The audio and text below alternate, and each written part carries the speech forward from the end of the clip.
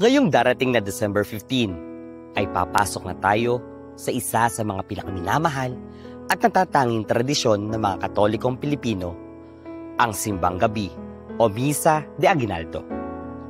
Ito ay isang siyam na araw ng mga misa bilang paghahanda sa Pasko. Ito ay bahagi pa rin ng panahon ng Adbyento o ang panahon ng paghihintay at paghahanda sa pagsilang ng ating Panginoong Hesukristo. Nagsimula ang pagdiriwang ng Simbang Gabi noong panahon ng mga Espanyol dito sa Pilipinas, taong 1669. Dahil maraming Pilipino magsasaka ang may trabaho sa bukid sa araw, ginawa ang misa ng madaling araw upang makadalo pa sila bago magtrabaho.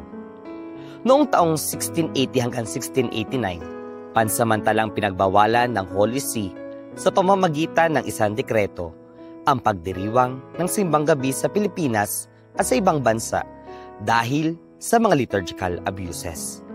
Nalaman ng Holy See na ginagamit sa loob ng misa ang mga musika o awiting bayan na hindi pang liturhiya. Ito ang naging dahilan kung bakit pansamantala itong sinuspinde.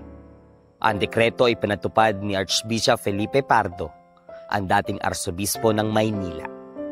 Ngunit ang mamatay ang arsobispo, muling ipinagpatuloy ng mga pari ang pagdiriwang ng Simbang Gabi. At noong 1953, formal na hiniling ng First Plenary Council of the Philippines sa Holy See na payagang muli ang pagdiriwang ng Misa de Aguinaldo. At ito ay pinayagan ng Vatican sa pamamagitan ng isang papal indult. At ngayon, ipinagdiriwang na rin ito ng mga Pilipino sa iba't ibang bansa sa buong mundo. Noong 2019, si Pope Francis ang kauna-unahang Santo Papa na nanguna sa pagdiriwang ng Simbang Gabi sa St. Peter's Basilica sa Vatican. Ang Simbang Gabi ay nagsisimula sa December 15 ng gabi hanggang sa December 24 ng umaga. Bagaman bahagi pa ng Adbyento ang Simbang Gabi, pinahintulutan na ng Vatican na gamitin ang liturgical color na white, yellow or gold sa pagdiriwang na ito. Ngunit kapag ang ipinagdiriwang sa araw na iyon ay hindi Misa de Aguinaldo, mananatiling kulay violet ang liturgical color na gagamitin. Inaawit din ang Papuri o Gloria tuwing Simbang Gabi bilang tanda ng kagalakan sa nalalapit na Pasko. Hindi maaaring awitin ang mga Christmas carols at mga awiting pamasko sa loob ng misa tuwing Simbang Gabi. May nakalaang mga pagbasa at panalangin para sa Simbang Gabi.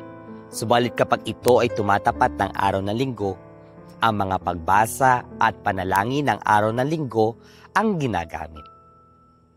Kaya ngayong Simbang Gabi o Misa de Aguinaldo, sikapin nating makapagsimba ng buong debosyon. Hindi lang para matupad ang ating mga kahilingan, kundi para mas maging handa sa pagdating ng ating Panginoon.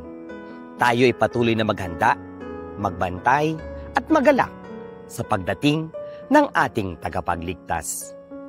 See you sa susunod na episode ng ating Sacred Basics, isang liturgy catechesis na handog ng Labora Media ng St. Benedict Parish.